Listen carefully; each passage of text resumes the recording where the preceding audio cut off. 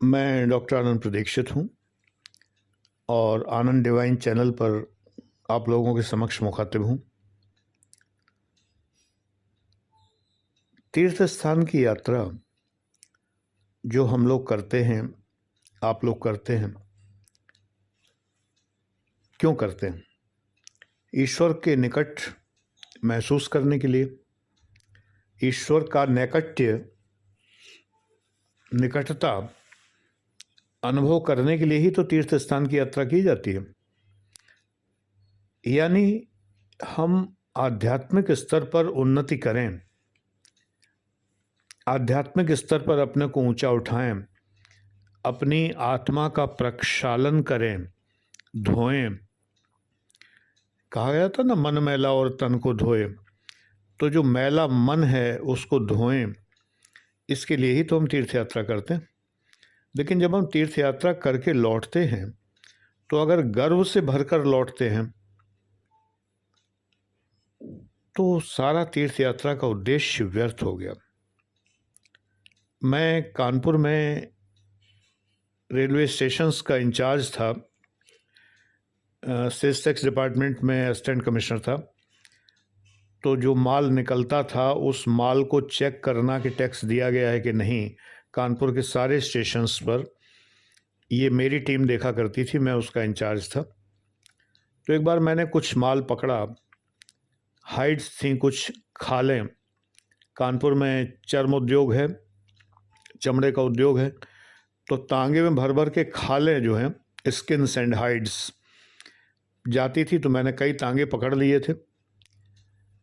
तो अचानक शोर मचा और बहुत से लोग एकदम से दौड़ के आए मेरे पास, बोले कि साहब वो हाजी जी आ रहे हैं।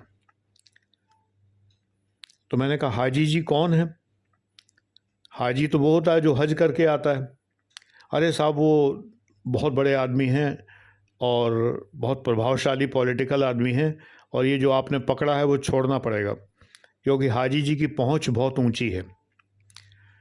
तो हाजी जी आए पूरे भव्य स्वरूप में, अपने सफ़ेद दाढ़ी लहराती हुई, सफ़ेद झक कुर्ता पजामा पहने हुए, उनके पीछे कुछ गनमैन और तमाम ऐसे तत्व जिन्हें असामाजिक तत्व कह सकते हैं, वो लोग आए और माल छुड़ा के ले गए। बंदूक निकाल ली थी उन लोगों ने, और जो टांगे थे जो भरे हुए खड़े थे उनको कहा कि हाँक ले जाओ, इनको ले जाओ, कोई कुछ नहीं बिगाड़ सकता, सरकार की क्या औकात है कि जो हमारा कुछ बिगाड़ेगी। नेचुरल है, शासन भी उन दिनों एक दूसरे राजनीतिक दल का था जिसमें थोड़ा सा उनको आश्रय मिला हुआ था। तो स्वाभाविक है कि सत्ता पाहि काहि मद नाही, सत्ता पाने पर किसको मद नहीं होता, तो कहावत कही जाती है। तो हाजी जी आए, माल छुड़ा ले गए। मैंने रिपोर्ट कर दिया मामले को। मैं क्या कर सकता था? मेरे पास जो पुलिस वाले थे उनके पास न जाने किस ज़माने की राइफ़लें थीं जो मौके पे चलती भी नहीं थीं। पुलिस वाले भी इतने बूढ़े थे कि जैसे लगता है उम्र कम लिखा रखी हो, और 65-70 साल के बीच में जिनकी उम्र हो, जिनसे चला नहीं जाता, घुटनों में दर्द होता है, ऐसे पुलिस वाले हमें दिए गए थे। उनके बल पर हम हाजी जी का सामना तो नहीं कर सकते थे।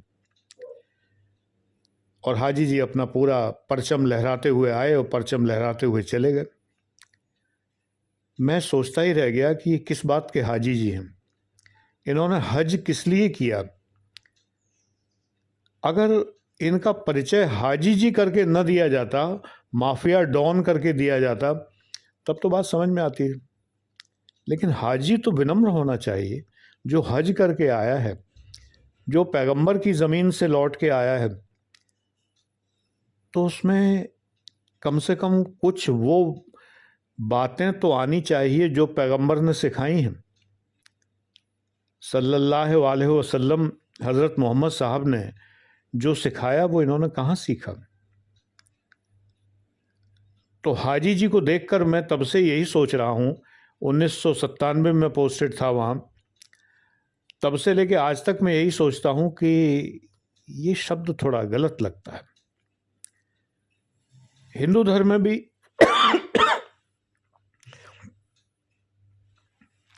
मैंने देखा है कि लोग अमरनाथ यात्रा करने जाते हैं, इतने तामझाम के साथ जाते हैं, पूरी समिति बनती है, गाज़ियाबाद में पूरे ढोल ताशे होते हैं, पूरा विज्ञापन आता है, एक जगह लोग इकट्ठे होते हैं, बड़ा ही ड्रामा होता है कि अमरनाथ यात्रा के लिए जा रहे हैं। फिर लौटते हैं तो बड़ा भारी उनका स्वागत होता है, बड़ा ही स्वागत सम्मान समारोह किया जाता है अमरनाथ। फिर वो बैठ के परिचितों में चर्चा करते हैं कि हम जब अमरनाथ गए थे तो ये हुआ था। ये तो घमंड बढ़ा के लौटे। आप चाहे हज करके लौटे हों या अमरनाथ यात्रा करके लौटे हों, दर्प और घमंड जो ईगो है उसको बढ़ा के लौटे तो फ़ायदा क्या हुआ जाने का।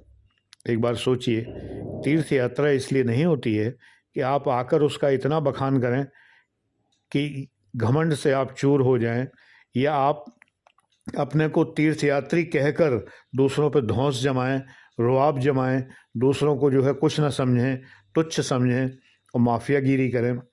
ये तो गलत बात है, एकदम गलत बात है। विचार करिए, सोचिए। आपसे विचार करवाना ही मेरा काम है।